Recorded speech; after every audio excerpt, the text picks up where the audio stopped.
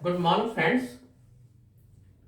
Today I will explain you oxidation of these unsaturated hydrocarbons with ozone, and this reaction is known as the ozonolysis.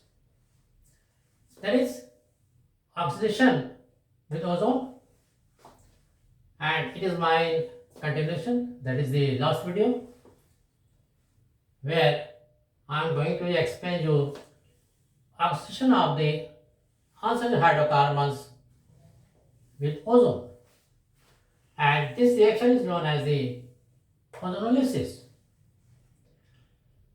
If we take a simple general reaction, that is ethylene,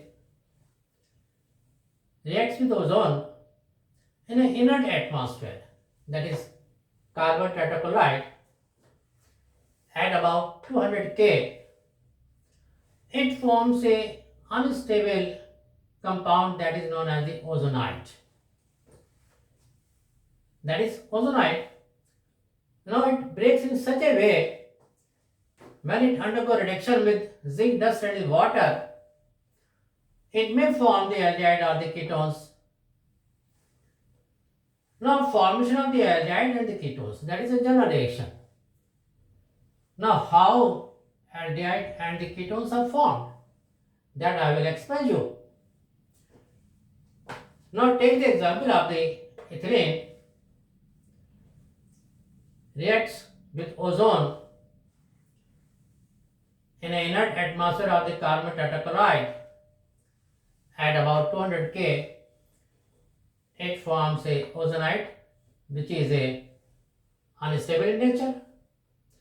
Now this ozonite, when reduced with zinc dust in the presence of the water, it breaks in this way that it forms the methanol and hydrogen peroxide.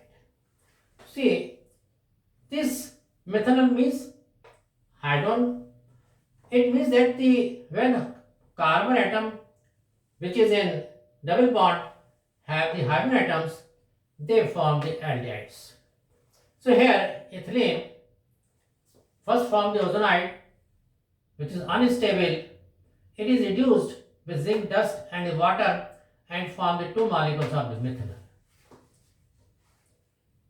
Now if we take one more example, that is propylene, again reacts with ozone in the presence of the carbon tetrachloride at about 200 K, it forms the propene ozonite, and this propene ozonite, when undergo reduction process with zinc dust and water, it breaks in such a way CH3CHO and the SCHO, that is it forms the ethanol and the methanol. Now here formation of the aldehyde takes place. Now I will explain you how the ketones are formed.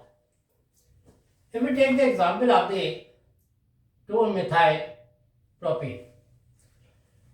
In this case, if you see that one of the carbon atom which is involved in the double bond formation has no hydrogen atom. Now in this case, how the reaction takes place? See, 2-methyl propene reacts with ozone in the presence of the carbon tetrachloride at about 200 K. Now see here, it breaks like this. CH3CHO, it is reduced with the zinc dust in the presence of the water. Now here, this carbon atom which is in the formation of double bond does not take any hydrogen. This form CH3CO, that is the ketone. So one molecule is ketone, this is known as propanol, and this cleavage, that is CH2O, it forms the methanol. So the point is that formation of the ketones and the aldehyde depends upon the presence of the hydrogen atom on the carbon atom which is involved in double bond. So this is how aldehyde and the ketones are formed. So this is the oxidation with the ozone. So ozone in an inert medium at about 200 K first formed a ozonide that is unstable, which undergo reduction to form the aldehyde or the ketones. Now, second reaction is the polymerization. What is polymerization? Simply, when the monomers or the simple molecules combine itself to form a large number of the molecules in a chain formation, that is known as the polymerization. So polymerization is a process in which large number of the monomers they join itself to form a long chain of a polymer.